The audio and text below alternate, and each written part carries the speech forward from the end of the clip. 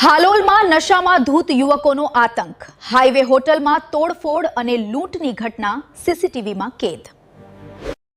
હાલોલમાં નશામાં ધૂત યુવકોનો આતંક. હાઈવે હોટલમાં તોડફોડ, લૂંટ અને ફિલ્મી ઢબે માલિક પર કાર ચડાવવાનો પ્રયાસ. સમગ્ર ઘટના સીસીટીવીમાં કેદ. હાલોલ નગરમાં ગત બુધવારે મોડી રાત્રે હાઈવે પર આવેલી એક હોટલ પર જમવા બાબતે નશામાં ધૂત યુવકોએ ભારે આતંક મચાવ્યો હોવાની ચકચારી ઘટના સામે આવી છે. 5 જેટલા નશાખોર યુવકોએ હોટલમાં ઘૂસી તોડફોડ કરી લૂંટ ચલાવતા વિસ્તારમાં ભયનો માહોલ સર્જાયો છે. પ્રાપ્ત માહિતી અનુસાર હાઈવે હોટલ પર જમવા બાબતે યુવકો અને હોટલ સંચાલક વચ્ચે બોલાચાલી થઈ હતી.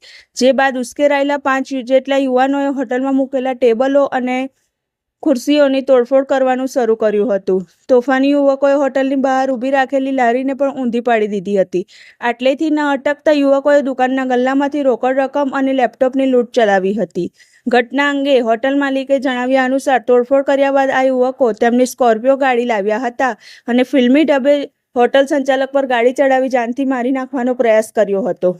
ત્યારબાદ ગાડીમાંથી બંદૂક જેવું હથિયાર કાઢીને ધમકી આપતા કહ્યું હતું કે જો કંઈ પણ કર્યું છે તો આગામી સમયમાં તમારી હોટલ બંધ કરાવી દઈશું. હોટલ માલિકના જણાવ્યા મુજબ આ યુવકો અમદાવાદના જિલ્લા ગ્રુપના હોવાનું સામે આવ્યું છે. યુવકો દ્વારા મચાવેલો આતંક હોટલમાં લગાવેલા સીસીટીવી કેમેરામાં કેદ થઈ ગયો છે. હોટલ માલિકે આક્ષેપ કર્યો છે કે ઘટના બનતા જ પોલીસને તાત્કાલિક કોલ કરવામાં આવ્યો હતો, પરંતુ પોલીસ અડધો કલાક પછી ઘટના સ્થળે પહોંચી હતી. હાલ સીસીટીવી ફૂટેજના આધારે પોલીસે આગળની કાર્યવાહી હાથ ધરી છે અને સમગ્ર ઘટનાને લઈને વિસ્તારમાં ભયનો માહોલ જોવા મળી રહ્યો છે.